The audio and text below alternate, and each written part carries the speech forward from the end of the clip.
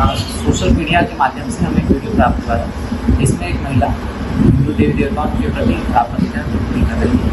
इस संबंध में थाना मझौला पर अभियोग पंजीकृत कर दिया गया एवं आवश्यक विधिक कार्रवाई की जाएगी। अभी आपने जो वीडियो शुरू होने से पहले जो एक वीडियो देखी है, उस वीडियो में जो पुलिसकर्मी हैं वो सीओ सिविल लाइंस मुरादाबाद हैं, तिवारी जी, आशुतोष तिवारी जी।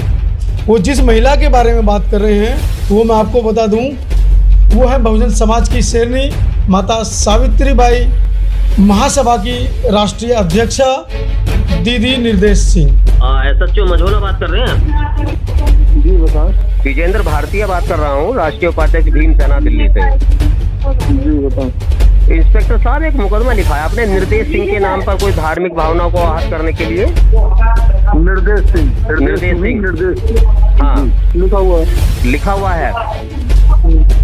क्या धारा लगाई है इसमें? तो ये जो मुकदमा लिखा गया है, इसमें बयान तो आपने भी देखा होगा जो किस तरीके का चल रहा था। वहाँ पर एक तर्क वितर्क हो रहे थे शायद कहीं पर। अभी भाई साहब विवेचना चल रही है।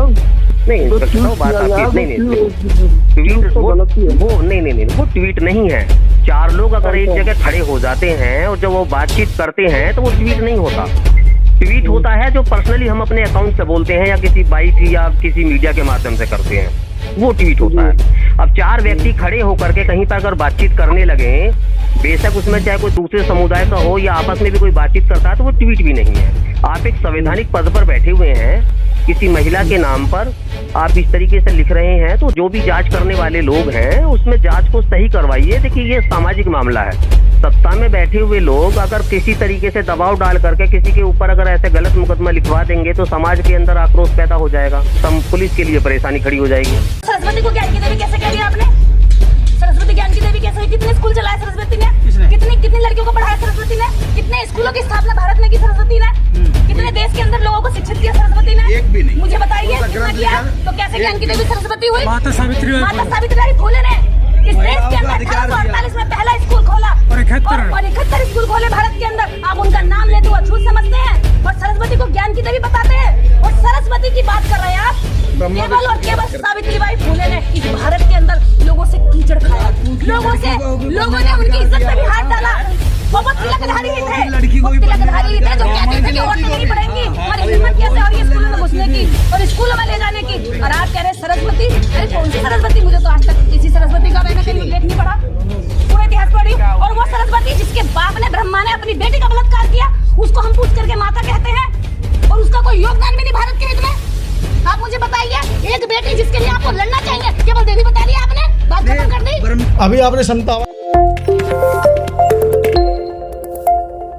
आवाज टीवी पर कुछ दिन पहले एक वीडियो उनकी देखी होगी, जिस वीडियो में वो कुछ सवाल एक ब्राह्मण जो प्रवक्ता है उससे पूछ रही थी और उसको ये ताकीदें भी कस रही थी। अभी आपने जो वीडियो शुरू होने से पहले जो एक वीडियो देखी है, उस वीडियो में जो पुलिसकर्मी हैं वो सीओ सिविल लाइंस मुरादाबाद हैं, तिवारी जी, आशुतोष तिवारी जी। वो जिस महिला के बारे में बात कर रहे हैं वो मैं आपको बता दूं, वो है बहुजन समाज की शेरनी माता सावित्रीबाई महासभा की राष्ट्रीय अध्यक्षा दीदी निर्देश सिंह। उन्होंने अभी आपने समता आवाज टीवी पर कुछ दिन पहले एक वीडियो उनकी देखी होगी, जिस वीडियो में वो कुछ सवाल एक ब्राह्मण जो प्रवक्ता है उससे पूछ रही थी और उसको ये ताकीदें भी कस रही थी कि जब तुम हमारे बहुजन समाज के कार्यक्रमों में आकर जो बयानबाजी करते हो, उस बयानबाजी को आप स्वर्ण समाज में भी जाकर दिया करो, क्योंकि हमारे ऊपर वही समाज अत्याचार करता है, उनको आप समझाया करो।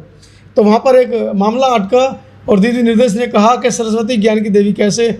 उसने कहाँ ज्ञान के स्कूल खोले और किस महिलाओं को या किन महिलाओं को शिक्षा देने में उनका योगदान था। भारती जी, दीदी निर्देश पर मुरादाबाद में FIR दर्ज हो चुकी है। इस मामले में आपका क्या कहना है और भीम सेना का क्या रुख रहेगा इसमें? FIR होना हम लोगों के लिए एक गौरव का काम है जी। संघर्ष करने वाले व्यक्ति, बहुजन समाज से निकलने वाले भाई और बहनें अगर इस तरीके की FIRों से डरेंगे तो हम लोग क्षेत्र में और सड़कों पर काम नहीं कर पाएंगे जी। सबसे पहले तो मैं साधुवाद करता हूं निर्देश जी का बड़े ही निर्भीकता के साथ में उन्होंने अपनी बात रखी है, और बात ही नहीं रखी, उन्होंने सच्चाई कही है। जी जो आपके धर्म ग्रंथों में लिखा हुआ है वही तो कहा गया है। जी महाराष्ट्र का राज्यपाल रमेश पोखरियाल जी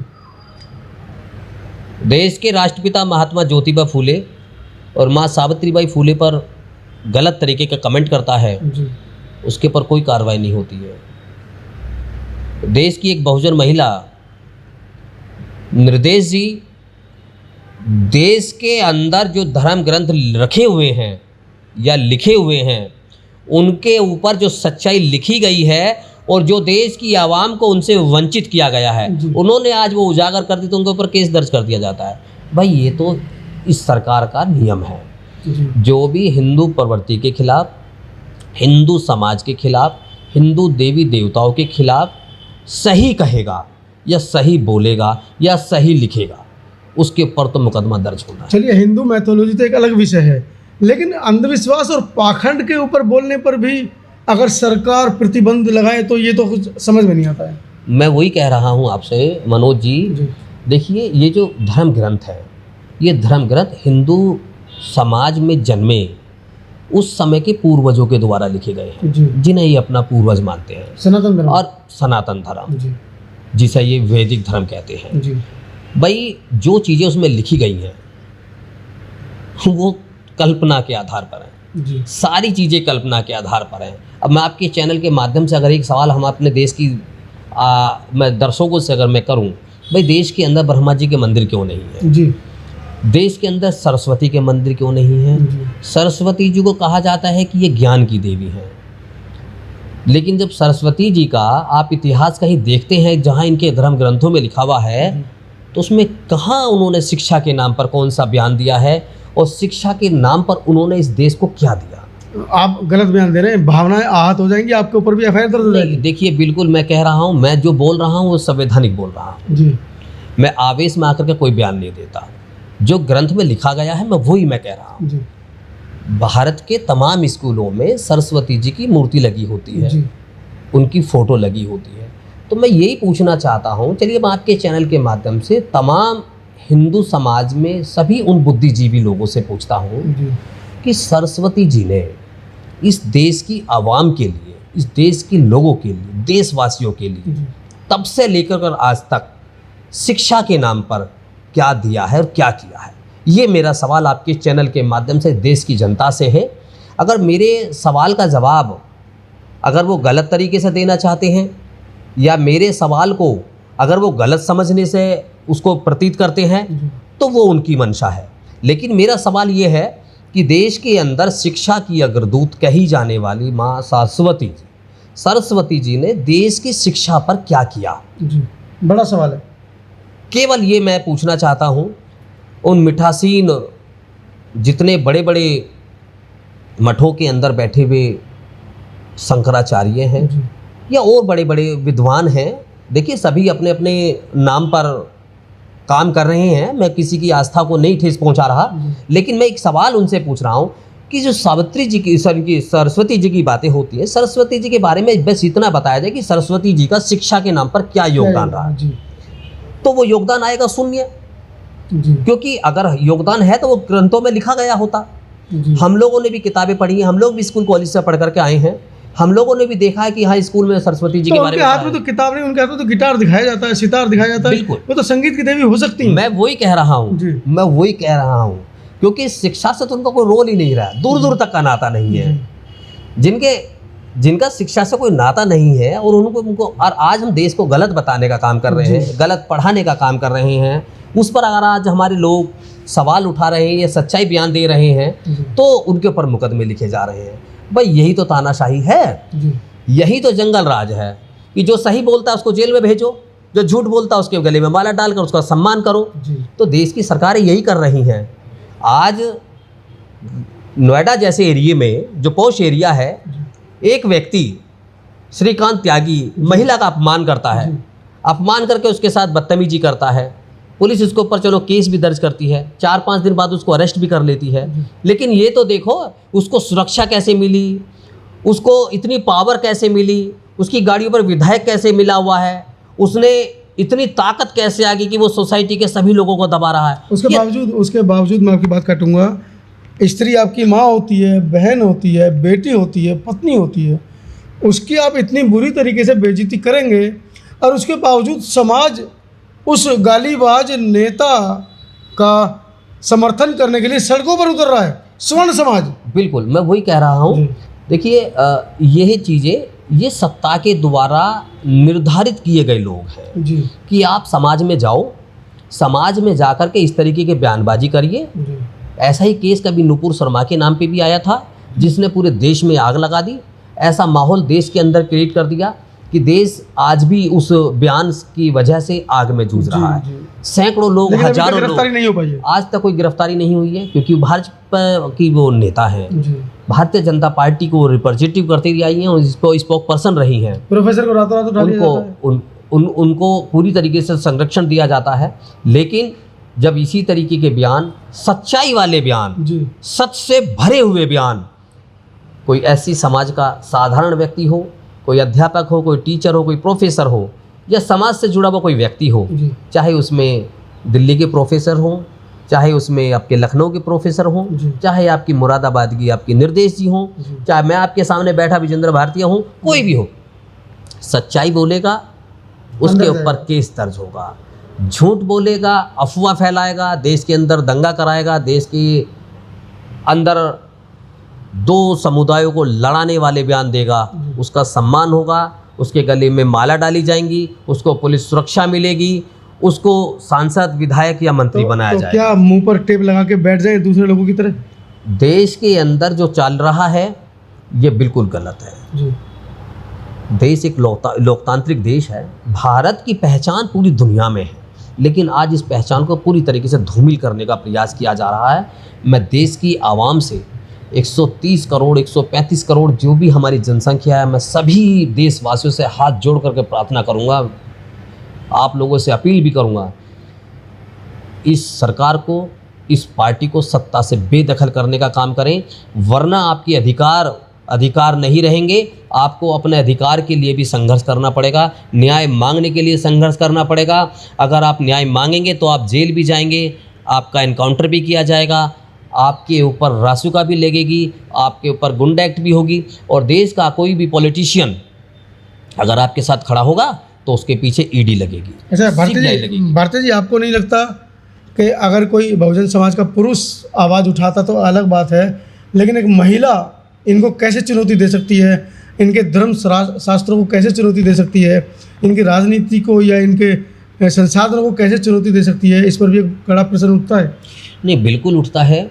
आज बहुजन समाज ने असंख्य लाखों ऐसी जुझारू और क्रांतिकारी भीम शेरनियों को जन्म दिया हुआ है, और ये जन्म बाबा साहब को पढ़ करके, माँ सावित्रीबाई को पढ़ करके, उनके त्याग और बलिदान को ध्यान में रखते हुए इन सभी महिलाओं का, भीम शेरनियों का जन्म हुआ है। जो ये सभी भी मेरे समाज की बहन बेटियां हैं, हो सकता है कुछ मुझसे बड़ी हों, मैं उनके क्रांतिकारी विचारों का सदैव फैन रहा हूं, और मैं उनको आश्वस्त कर दूं कि आपके साथ आपका भाई विजेंद्र भारतीय सदैव खड़ा है, पूरी भीम सेना टीम खड़ी है। जहां भी, जब कभी भी आपको आधी रात भी अगर कहीं किसी भी तरीके से हमारी ज़रूरत पड़ती है तो हम आपके लिए तैयार हैं, साथ हैं। बेधड़क और निडर होकर के जो कार्य है उसको करते रहें। आज तो इतने सारे लोग हैं, लाखों करोड़ों लोग हैं। बाबा साहब ने तो अकेले संघर्ष किया था, ज्योतिबा फूले जी ने अकेले संघर्ष किया था, माँ सावित्री भाई ने अकेले बच्चों को पढ़ाने का कार्य बीड़ा उठाया था। उस समय तो वो अकेले थे, आज तो फिर भी इतने सारे लोग हैं। डरने की बात नहीं है, निडरता के साथ अपना काम करते रहें। पूरा देश आपके साथ है, पूरा समाज आपके साथ है। आप अकेले लड़ाई नहीं लड़ रहे हैं, आपकी लड़ाई को पूरा देश देख रहा है। मैं तमाम सभी बहन बेटियों को कहना चाहता हूँ कि जहाँ से भी आप अपनी आवाज़ उठा रहे हैं, अपनी आवाज़ को मुखरता के साथ और प्रमुखता के साथ उठाते रहें। अंधविश्वास और पाखंड पर प्रहार ज़रूर करते रहें, क्योंकि यही आपको वो आज़ादी और आपको सही मिशन पर चलने का, आने वाली नस्ल को सही रास्ता देने का काम करेगा। पाखंड और अंधविश्वास, मैं ये नहीं कह रहा कि किसी एक जाति या धर्म में है, किसी भी धर्म में है उसका सदैव विरोध करें, क्योंकि वो विरोध के ही लायक है। वो हमें अंधभक्त बनाने का काम करता है, वो हमें कट्टर बनाने का काम करता है, और ऐसी कट्टरता और ऐसी अंधभक्ता इस देश के लिए, इस देश के संविधान के लिए, इस देश के लोकतंत्र के लिए हानिकारक है, और ऐसा होना नहीं चाहिए। तो साथियों, यहाँ पर जब महिलाओं की बातें चल रही हैं तो मैं बता दूं, उंगलियों पर गिनी जा सकती हैं बहुजन समाज की वो महिलाएं जो महापुरुषों के मिशन को लेकर चल रही हैं, जैसे गाजियाबाद की शकुन बौद्ध हैं, लक्ष्मी बौद्ध हैं, ममता राक्षस हैं, ममता अम्बेडकर हैं, भीमपुत्री ममता अम्बेडकर। दिल्ली के अंदर अगर हम बात करें तो पूनम अम्बेडकर हैं, रजनी बौद्ध हैं, प्रोफेसर रितु हैं, उन्हीं में दीदी निर्देश का भी नाम आता है, प्रोफेसर इंदु चौधरी हैं। इस तरह की वो तमाम महिलाएं हैं जो दिन रात बहुजन समाज के अंदर महिला सशक्तिकरण की बातें कर रही हैं और अंधविश्वास पाखंड को दूर करने के लिए समाज में निरंतर काम भी कर रही हैं। कब तक इस तरह के लोग दीदी निर्देश, शकुन बौद्ध, ममता राक्षस, ममता अम्बेडकर ऐसी महिलाओं पर FIR दर्ज कराते रहेंगे, इनकी बातों से आहत होते रहेंगे? तो समय आ गया है, 21वीं सदी की शुरुआत, लगभग एक क्वार्टर हम खेल चुके हैं 21वीं सदी का, और कहा जाता है कि 21वीं सदी जो है दलितों की है। अभी आप देखें कि 20 वर्ष हुए 21वीं सदी के, अभी से इन लोगों के पेट में मरोड़े उठ रही हैं। अभी तो पूरा 21वीं जो सदी है वो ख़त्म होनी बाकी है, 78 साल बाकी है। तो आप इंतजार कीजिए कि भीम शेरनियों के बाद जब इनकी जो आने वाली नस्लें आएंगी, तब इस देश के अंदर ब्राह्मणवाद का क्या हाल होने वाला है। बने रहे समतावाज टीवी के साथ। और इस वीडियो के बारे में आपकी क्या राय है? दीदी निर्देश के ऊपर जो FIR दर्ज हुई है, उसमें आप लोग कितना उनके साथ मिलकर खड़े हैं, कमेंट सेक्शन में ज़रूर बताइएगा। और जब भी आपके पास कॉल आए आंदोलन के लिए, ज़रूर वहाँ पहुँचिएगा। बहुत बहुत धन्यवाद।